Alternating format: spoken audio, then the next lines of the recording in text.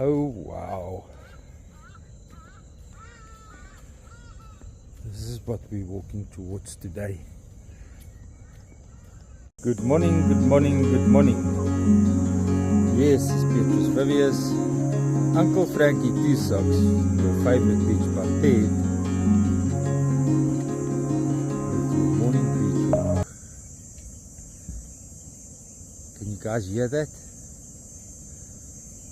That's cicada beetles. It's going to be a scorcher today.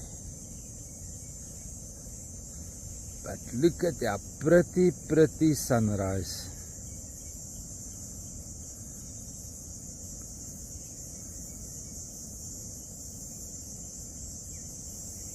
Pardette. Nee man, maak nou 'n ordentlike intro. The water levels is quite high today, so the tide must be pushing there at the Estuary Mouth at the moment. Let's go and have a look. Ear candy.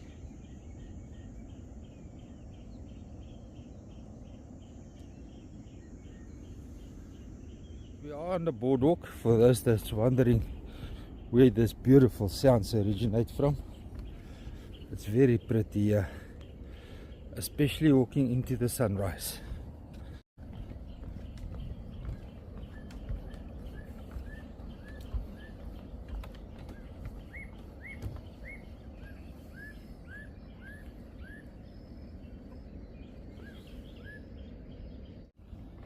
It's now just past 5 and it's the most beautiful sounds here on the boardwalk. It's like spring has just sprung.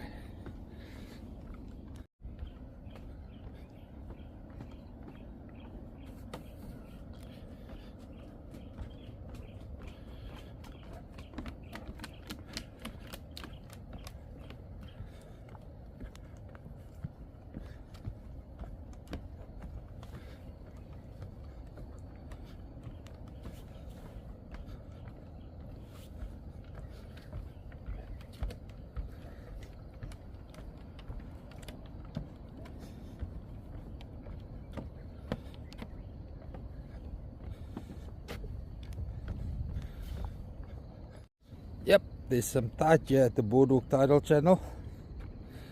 Now this Tidal Channel stretches all the way that way. And you follow it on Google Maps, it even crosses the beach road and it goes all the way to the main beach. I don't know if the tide still pushes that far in. We'll try and figure that one out for you guys. Layer Beach Avenue. It's not so creepy on this camera. It's actually very nice.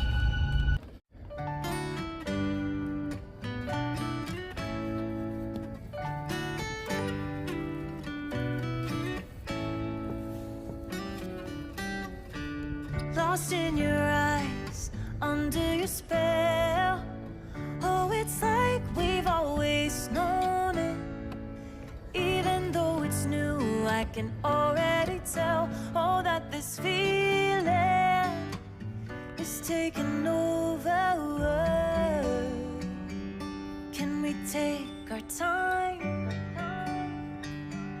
I wanna savor us. Every thought on my mind of you and I getting together. Gotta tell ya, I gotta tell ya, I wanna love ya, I wanna love ya.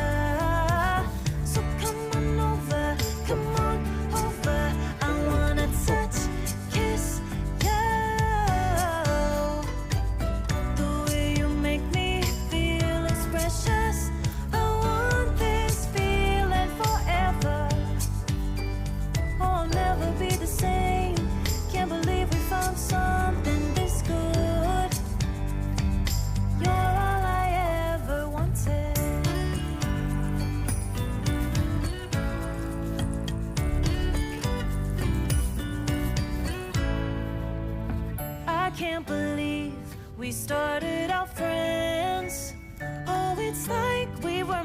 meant to be lovers. All I wanna do is feel you on my skin. Oh, let this feeling take me over.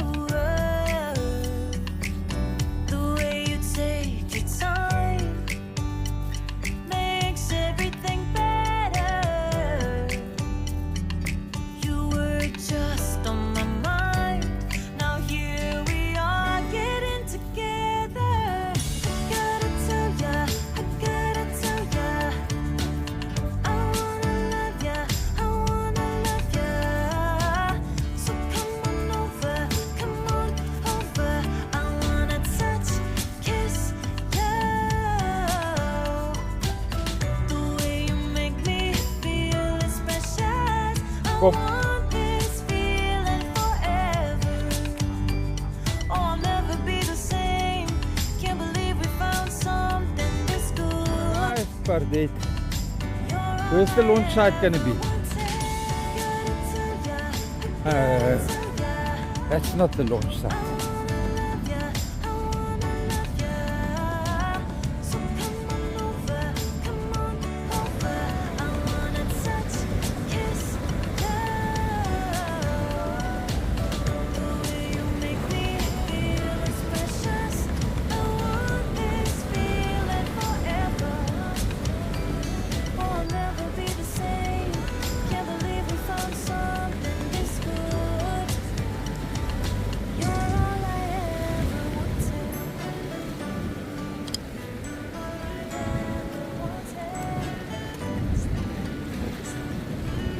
Môre vir die mense.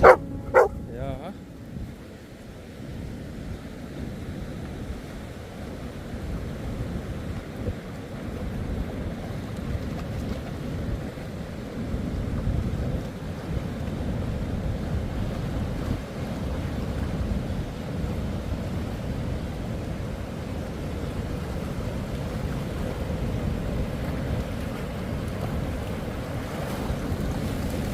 Pardette, the surfer girl.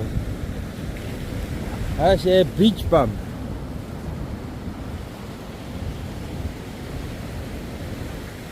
Look at that pretty sunrise.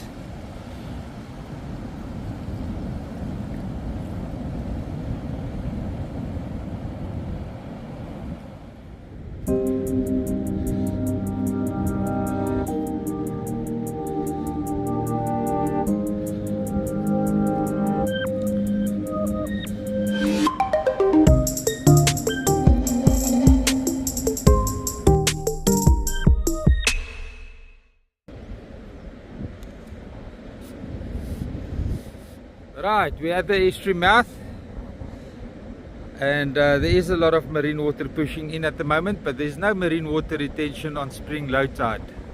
All drains back out into the ocean. No grunter coming out yet, just a few nice sights, snapper salmon, and every now and then a dusky cop. So let's look at the beautiful sunrise.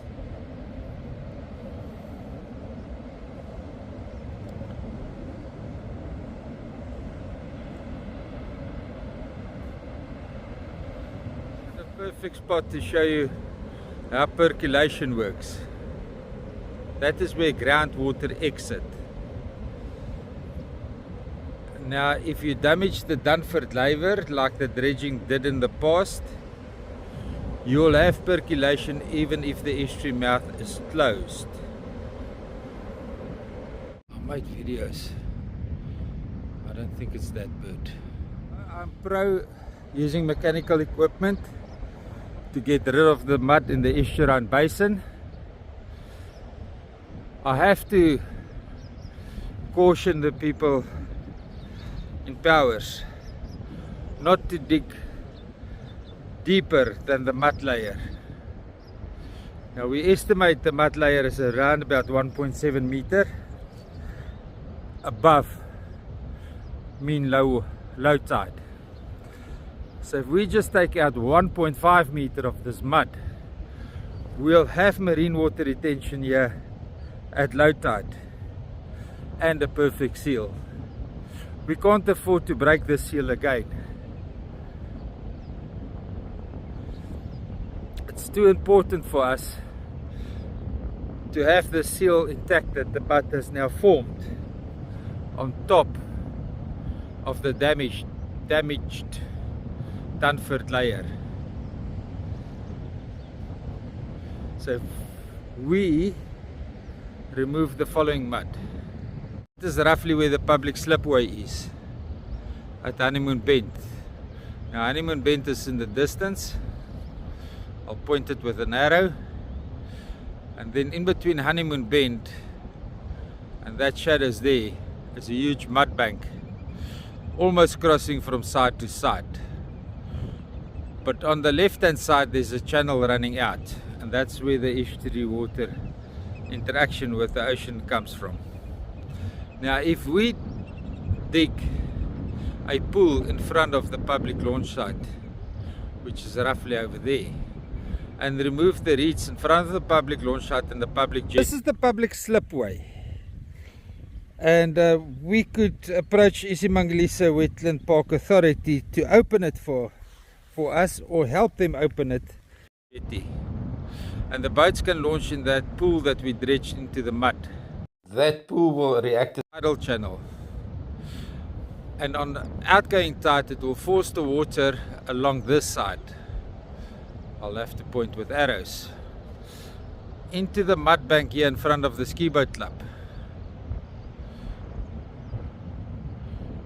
and it will scour out all the mud and drain it into the ocean, where it will form a carbon zinc.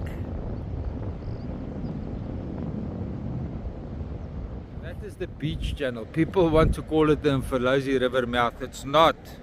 It's a man-made beach channel. The Mfolozi River mouth used to migrate between Mapelon Bay in the south, roughly about there.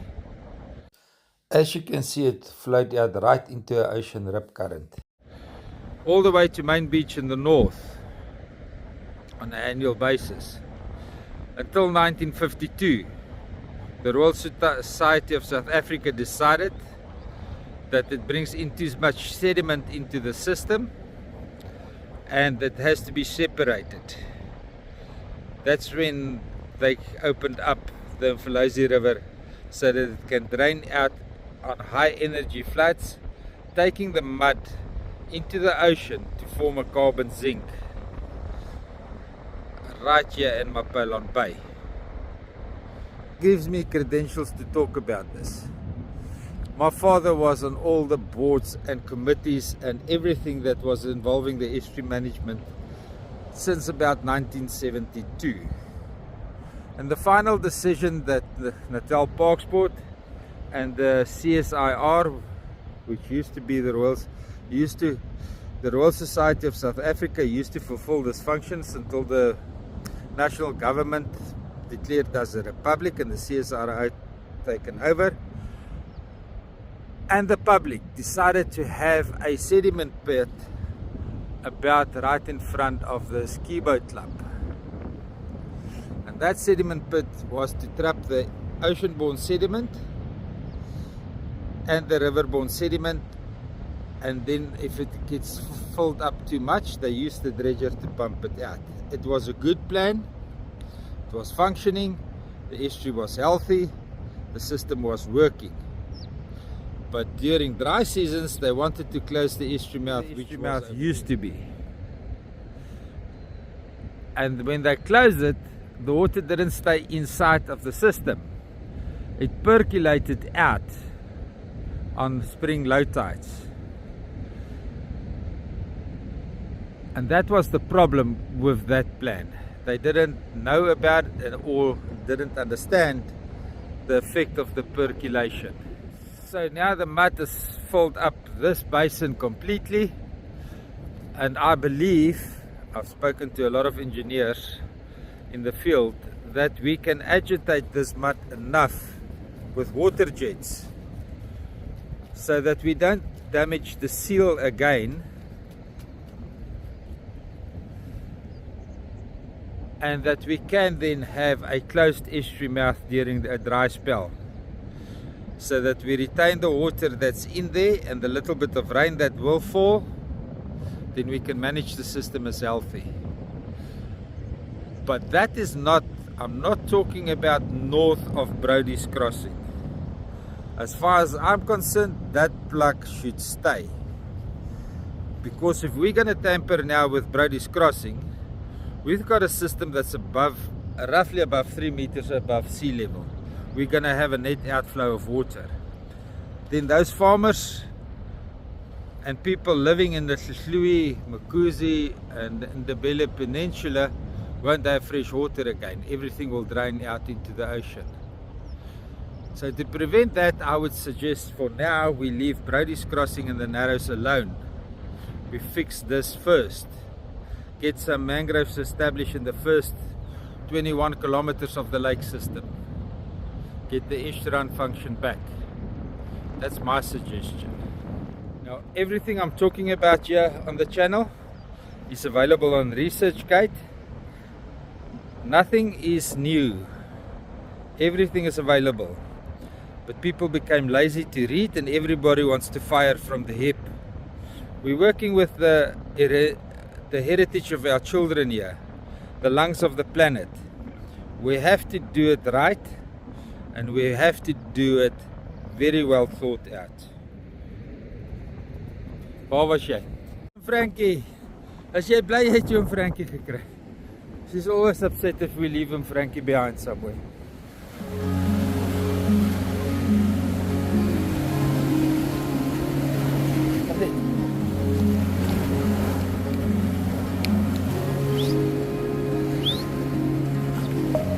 Deep within, here we go, but somehow I'm caught in the middle. Is this the end before we've even begun?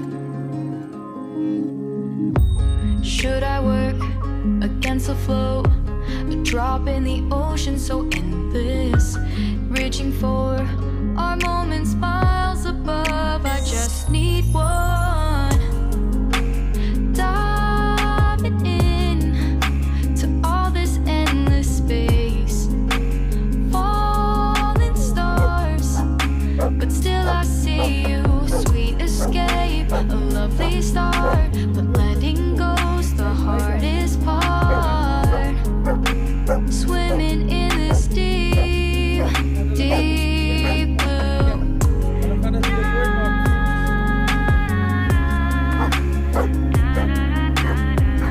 Fun with this management plan that I'm proposing. There's a couple of income streams that can be generated. The main one is beach driving, and there's a lot of people that are very emotional about beach driving, but we've always been doing it here in St. Lucia for many years, and very controlled and very successful. Yes, there will legislation be needed. Stands high like sparks before they go out, but in that second you're still mine, diving in to all this endless space, falling stars, but still I see you, a sweet escape, a lovely start, but letting go's the hardest part. Movement by the wind alone neutralizes any human impact on the beach on basically a daily basis. And then you've got the tidal scouring effect that also neutralizes human impact here on the beaches. So there's no scientific reason why the vehicles shouldn't be allowed on the beach. We won't drive where the turtles is nesting. We don't drive where the birds are nesting.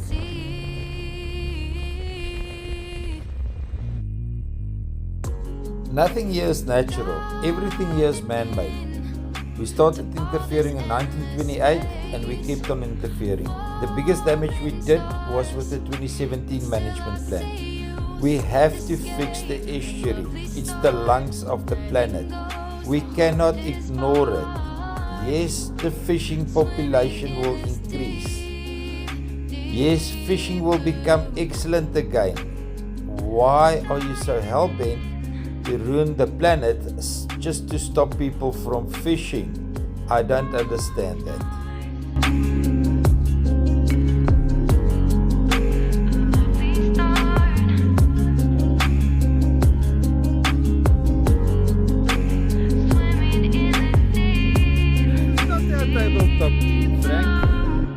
What you confused about? This is a new one. Wind-blown born sediment killing our estuary basin there because of human intervention, and now we're not allowed to sort it out. We just have to sit back and wait for the planet to suffocate. Yeah. Frankie's grass that he was talking about, and this is our tabletop dune that's becoming vegetated, and it's migrated so much to the south that it's now crossed over completely where the estuary mouth used to be. Without human interference, the nature will not fix in 3 lifetimes what the World Bank and the G5 project has damaged here in 3 months. Let's see if we can get it on video. He's buggered off. He's gone. Still a bit early for him. Oh, we'll find them. We'll find them. I've been trying 3 years now to make videos of the Carpenter bees, but we'll get them. Here at the bush at the entrance of the boardwalk. They are here during the summer months. Jeez, but you're ugly. That's one of those things when they sit in you, they sting like shit. We've got a positive tidal outflow here at the Tidal Channel. That's beautiful. Hopefully it will create more scouring. But currently we've got a net outflow anyway. He reckons St. Lucia's got crabs. He just might be right. We've got the mangrove crabs back here at the boardwalk. Beautiful. Let's see if we can get them closer. Yeah. You work with the right equipment. Just look at that. Yo. And they're vegetarian, these crabs. Look at them here. There's a whole bunch of them.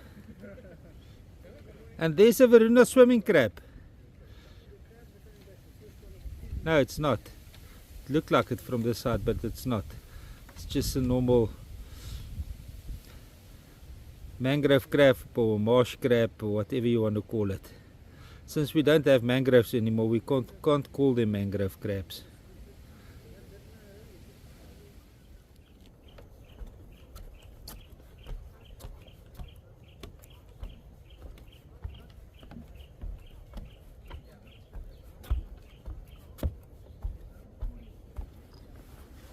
Back on bird sounds.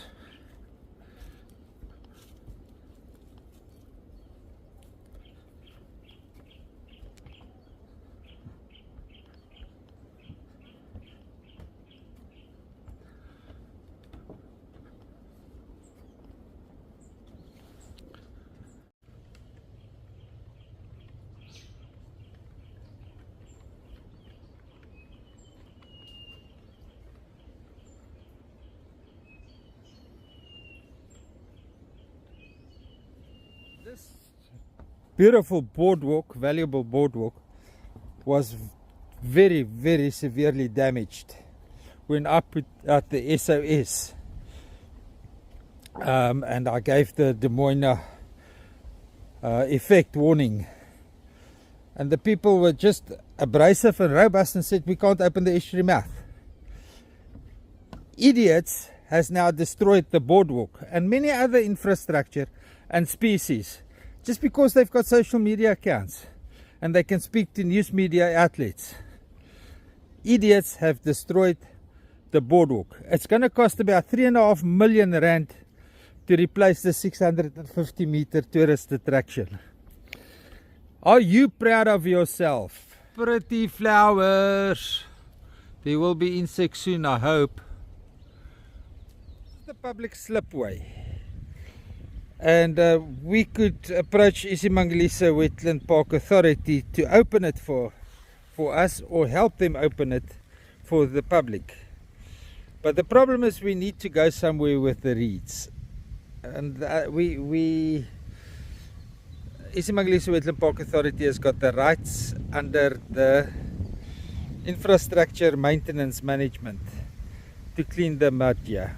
So then these reeds is not going to be destroying the whole population of reeds and the birds and the stuff. We'll come here in the winter month and we'll clean it when there's no birds' nests.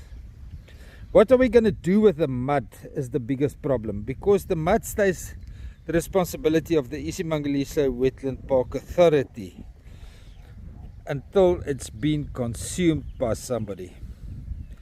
Now I say we take the mud and the reeds, take it to Kula village, we create a compost site there. I'll go and show you where I suggest the site to be. It will take some negotiation from the Kula village people to establish the compost site, but we mix this mud, this reed on the compost site, and we turn this into fertile compost. There's enough carbon material here to break up the mud. The mud is very, very dense. Although very fertile, it's very dense. It needs a lot of carbon to break it up. And we use the reeds to mix with the mud to create compost. I'll go and show you where we do that. Well, where we approach the community to do it. Now we will have the idiot that asks us, why do we want to remove the mud? So that we can get boats on the estuary to get more domestic tourists here, and to help to agitate the mud so that it can wash out into the ocean. Don't ask stupid questions to easy answers. Bird party.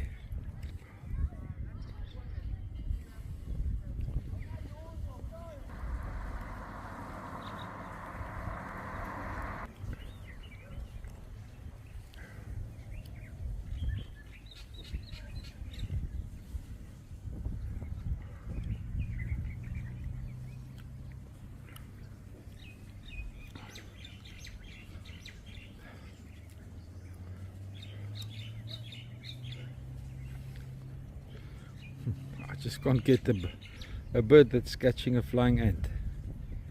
That one is eating one.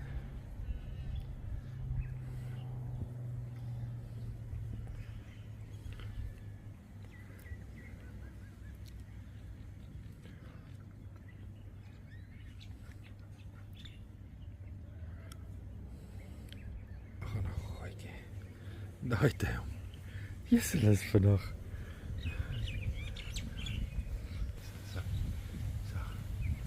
Hier is julle klein. Daar het jou.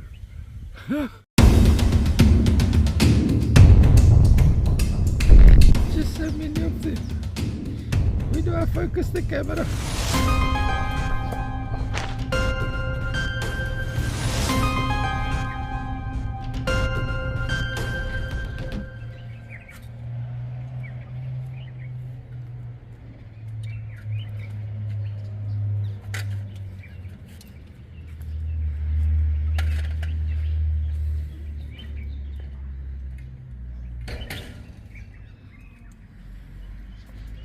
Check this one. Here you.